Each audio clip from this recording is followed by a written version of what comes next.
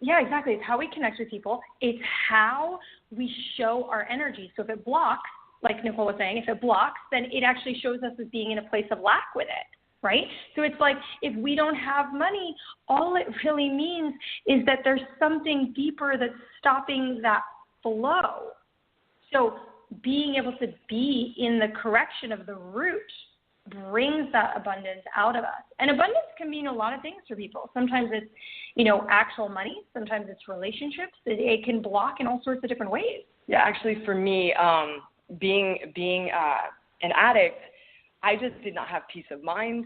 I was very erratic in my emotions. My relationships were, I was isolated. My relationships were, I just didn't trust anyone. I'm not really sure if anyone totally trusted me. So as I started to align myself with myself, there was peace. My actual emotions started to change. I became not erratic. I became in full control.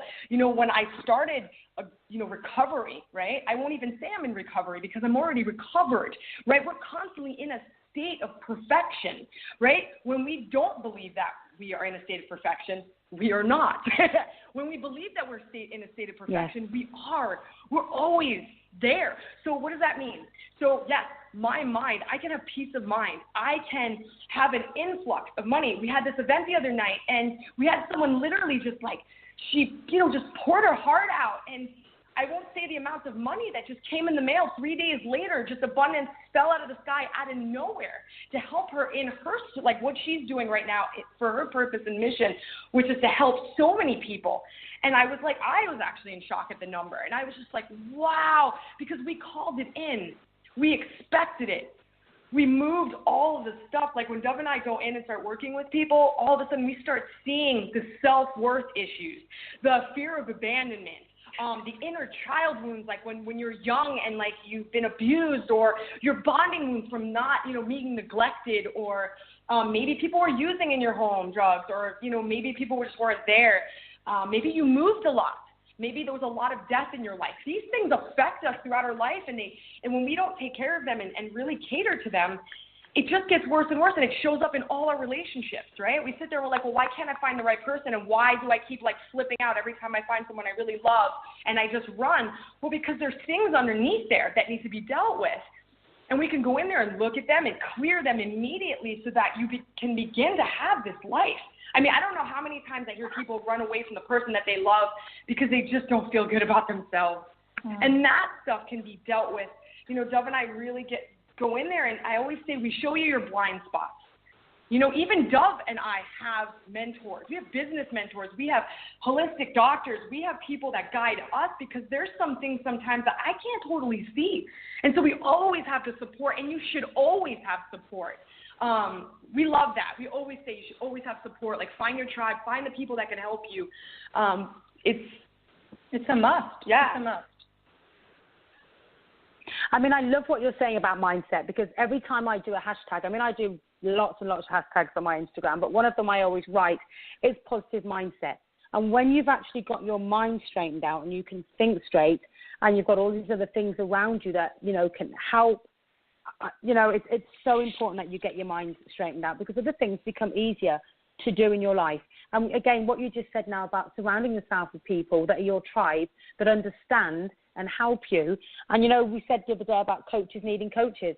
We all need someone to help us in different areas of our life, because we're not perfect in every single area. We need to have people help us in different areas that they're more experienced in or more qualified in, and they can make us see things that we thought we'd got down. Like we think that we've got it down just like this. And then someone who has more experience, who has a different angle, they say, what about this? And then you go, oh, right, yes, you're right. And you need to be able to have that power to say you're right, because a lot of the time we don't want to say they're right. We want to say, nope, it's going to be like this. I said this. So really great that you're saying about, different blind spots that we don't see on ourselves, that other people need to come and see and say, okay, this is what you could do. This is how this is happening for you. Now, just going back, Nicole, to lots of the kind of the traumas that happened in your life. I know that you said Dov's family really helped you with that. What advice would you give to somebody that, you were saying a little bit earlier as well about you didn't trust anybody. You didn't really think you could trust them, would they trust you? You had that whole mindset about that. What sort of advice would you give to anybody listening that thinks they're kind of in the same boat? And I'm asking you this because I know that you've really been there. And what would you advise them to sort of do as their next step? Because, I want to talk about creating a life you love. They might be sitting here right now going, wow, what is there to live for? What do I want to do? All I've got is my addiction. All I've got is the people that are around my addiction that are not necessarily the good people that they need. What would you say to someone who's listening that kind of needs to be pulled out of that? Yeah, that's a really good question.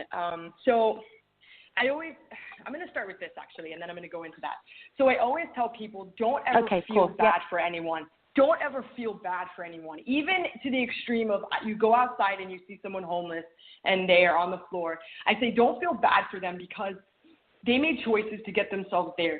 And we make them small when we look at them and feel sad because we take away the fact that I don't know why people like that want to experience those things, right? We're always here to evolve. If you look at the earth and you look at people and you look even in science, every living thing is here to evolve, including us. And so what I say is putting people in your life that are not going to judge you and that are going to see you as the gorgeous being that you are. Your drug addiction or those type of things do not define you. It is something, like for me, for instance, I used to survive. I did not know how to deal with what was going on in my life. I did not know how to deal with the trauma. I used to survive, and it was my way at the time to survive until it started to turn on me, and it started to destroy me. And so Dov and her family really saw me as this beautiful being. I love it. Dov's mom is very psychic, but she always says, look at her as a God. Would you judge God? She's a little co-creator God. She's doing it. She's going to be okay. And it's like if we look at people in that light and see them just as this perfect being, we leave space for them to be that. Mm-hmm. The energy actually gets absorbed, right? So if Nicole feels horrible about herself and my family is really fearful and they're like, oh my God, she's a junkie, what happens is I will take that on and it only causes more energetic heaviness. But when we get love and we do unconditional love and we're receiving that, it leaves space for me to go, wait a second. So I was 20 bag a day heroin addict. And I told my wife I wasn't fully ready to get clean, but that I wanted to soon. And I know I would be ready. And I said, I just need you to be here. And she's like, I'm not going to judge you. I'm going to love you. And just don't spend all our money. That was the stipulation. Don't die on me. Don't spend all the money. And we prayed and we worked hard. And you know what? I kept going. I cooked us dinner. I was alive. I was with her even while I was messed up. And one day I woke up and I said, it's over. I'm done because I was done. I just wanted something different. I wanted more. I knew I deserved more. I felt like I deserved more. I actually felt what it felt like to not be in that place. I started to imagine wait, I can get out of this. And so I got clean. And again, it was just being around people that understand you, right? Sometimes we have to cut people off for moments. It doesn't have to be forever. But sometimes when people are harming us or don't see us in that light, sometimes we have to set boundaries to allow for ourselves to just get through the next moment. There were times where I think my family had to cut me off and I had to cut my family off. And it was for moments. And then we were back in each other's lives. And to just allow yourself to do that. To get where you need to be because you deserve it. You deserve that time for you. You deserve to give all the time for you. I always say, you have to come first. You have to put the oxygen mask on yourself first. There's a reason you have to do that first because without that, there's nothing. Yeah, and Nicole made a couple good points that I really want to expand on. It's we always give this example of not feeling bad for people, and it's not because when we say choices, it's not necessarily the choices you see in this lifetime. It's there are choices. Our struggles, again, are gifts. They're evolution. And when we say that, when we say not to feel bad for people, it's because they are powerful, like Nicole was saying. We are all equal. We do not see anyone as being less, greater, or anything in between. We are all absolutely energetically equal, and we have different experiences. And so, that's just to clarify that because it's a very important thing for people to understand. Sometimes people hear that and they say, oh, what the heck does that mean? How can you not feel bad? Or how can you say, oh, they chose it? And we don't mean it in the sort of normal, common way people say it, oh, too bad for them. Mm-hmm. It's like they are powerful. No, they are powerful, right? We respect that power. And the thing Nicole was getting at too that's so important is non-judgment. And, non-judgment of self. And you were saying, Sarah, like you sit around and you're like, oh, I'm not worth it. So many people, whether they have outward problems or it's your inward state or being, you're like, I'm not worth it. I'm good for nothing.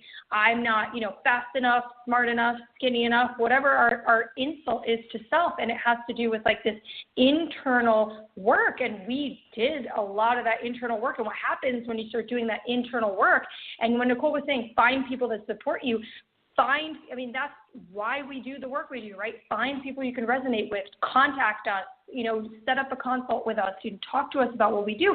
Because when you get into that state where that internal stuff starts to heal and get straightened out, everything externally lines up like magnetics. It just lines up. The vibration that you have inside is absolutely going to attract what's going on outside. So if you feel like crap on the inside, guess what? That's why life looks like crap on the outside. So how can people get a hold of you? I know you were saying there earlier about getting in touch with you for coaching and just to talk to you. What would be your preferred methods of people that are listening tonight, how they can get a hold of you?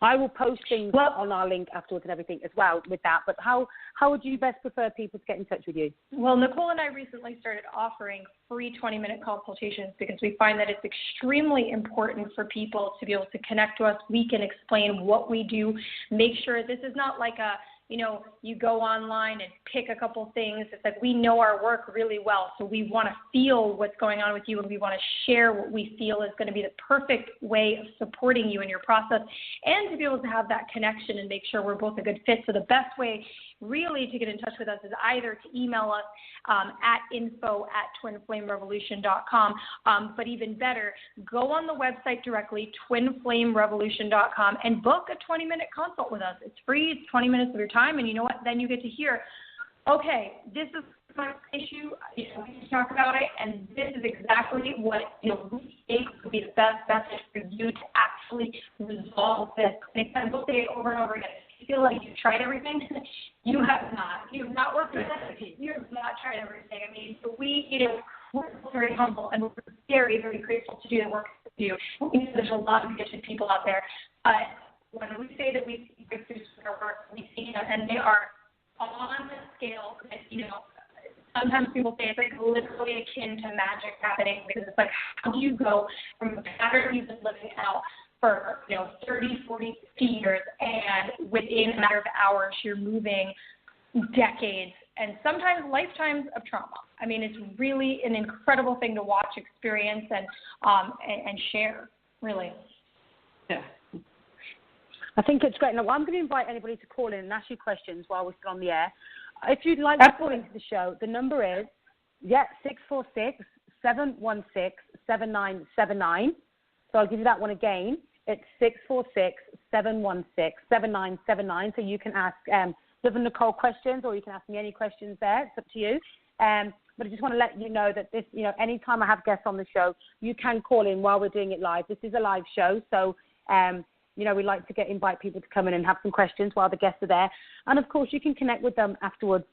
Anyway, I have a couple more questions while we're just waiting for any callers here. For both of you, I've met you and you look extremely fit. And for me, I believe that a fitness regime and a fitness level and eating well and everything really helps create that positive mindset and that healthy, conscious mind that you have.